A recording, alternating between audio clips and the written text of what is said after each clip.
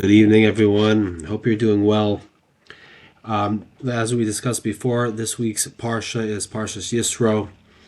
Here, we learn the importance of taking advice from our elders, from people who have been through, more experiences in life and have accomplished more in life than we have.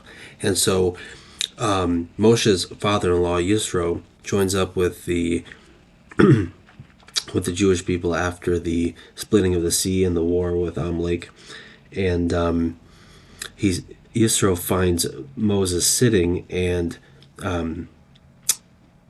adjudicating, civil legal issues between the people, and Yisro tells him that this is inefficient and that he can't do everything himself.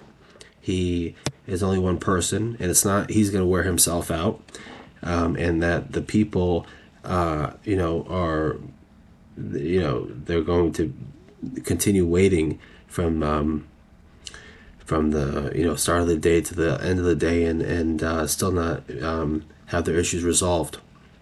And so Yisro tells Moses that he needs to appoint leaders or judges from amongst the people who are of great esteem, great accomplishment, right? These are people who, again, have themselves accomplished things and experienced life, and have good insight into how people act and how things,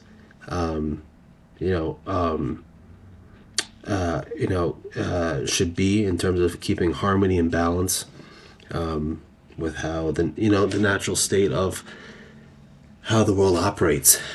And also he says something interesting, that the judges that he appoints should hate money, meaning hating money for money's sake, like not loving to just have money because they have a lust for it, and that's in order to ensure that they are not corruptible, that they can't be bought by either of the parties. Okay, and so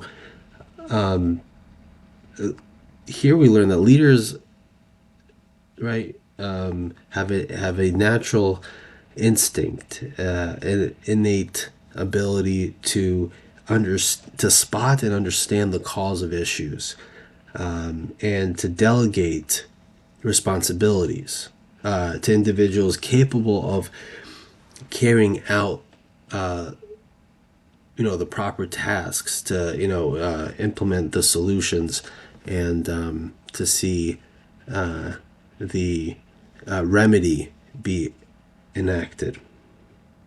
Okay, so Moses was delegating responsibility amongst the people in order to advance peace, stability, and prosperity amongst the people. Right? Yisro tells Moses, the people are waiting in line all day, and they're unable to do anything. They have these issues. They need resolution, and it's just you, and everything's being held up. Right? The natural flow of the society is being stagnated. And so these principles of delegation, of leaders understanding issues and delegating to capable individuals to carry out the tasks, is still something that we see today, and it might be an obvious point, but it shouldn't be taken for granted, right? Because anyone can take a microphone and say, well, I have the solutions. These are the issues, right? We've seen that for so long. People coming up on stage and blaming, stating the cause of an issue is one thing when really it wasn't that thing, and it's just a distraction, or they'll say it and not do anything about it, right? So today we see the same principles being applied in America by President Trump. Right? President Trump saw that the way to make America's towns and cities safer was by addressing crime and empowering law enforcement, right? And again, in order to advance peace, stability, and prosperity amongst the people.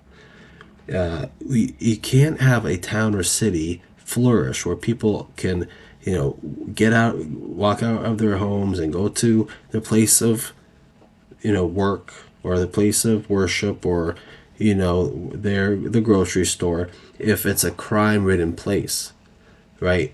Economic activity collapses. Social association collapses, right? Social cohesion collapses, right? And so the fabrics of society deteriorates. So it's very important, right, to prevent crime and to have, fair and good faith law enforcement, right? Based on the Council of Criminal Justice and other sources, all right, the numbers are in for the crime rates among, in different of different metrics of crime, right? Different types of crime. The numbers are in for 2025, and from 2024 to 2025, a metrics are showing how much crime has decreased in these different areas, or these different types of crime. Okay, and just to go through it quickly here. So homicides from 2024 to 2025 are down 21%.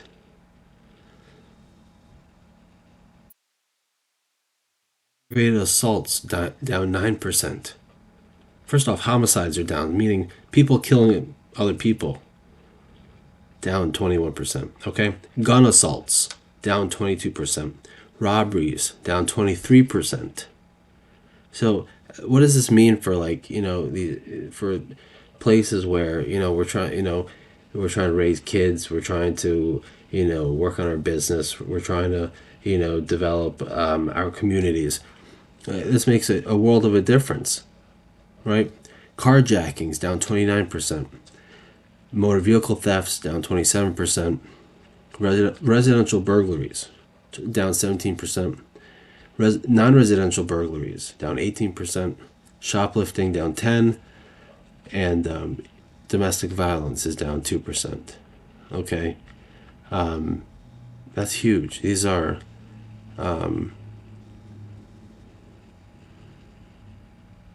I mean, 20. I mean, it's a huge amount, right?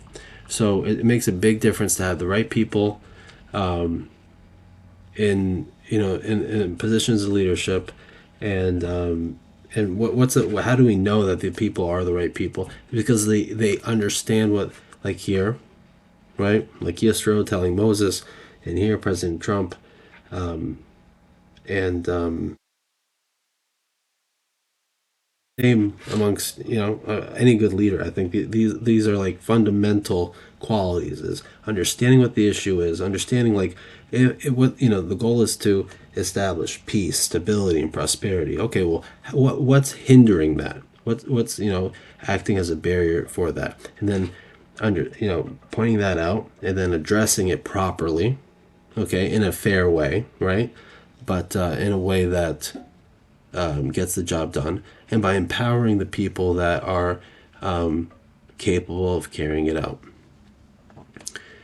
And so that is a modern day application of the principles we learned in Parshas Yisro.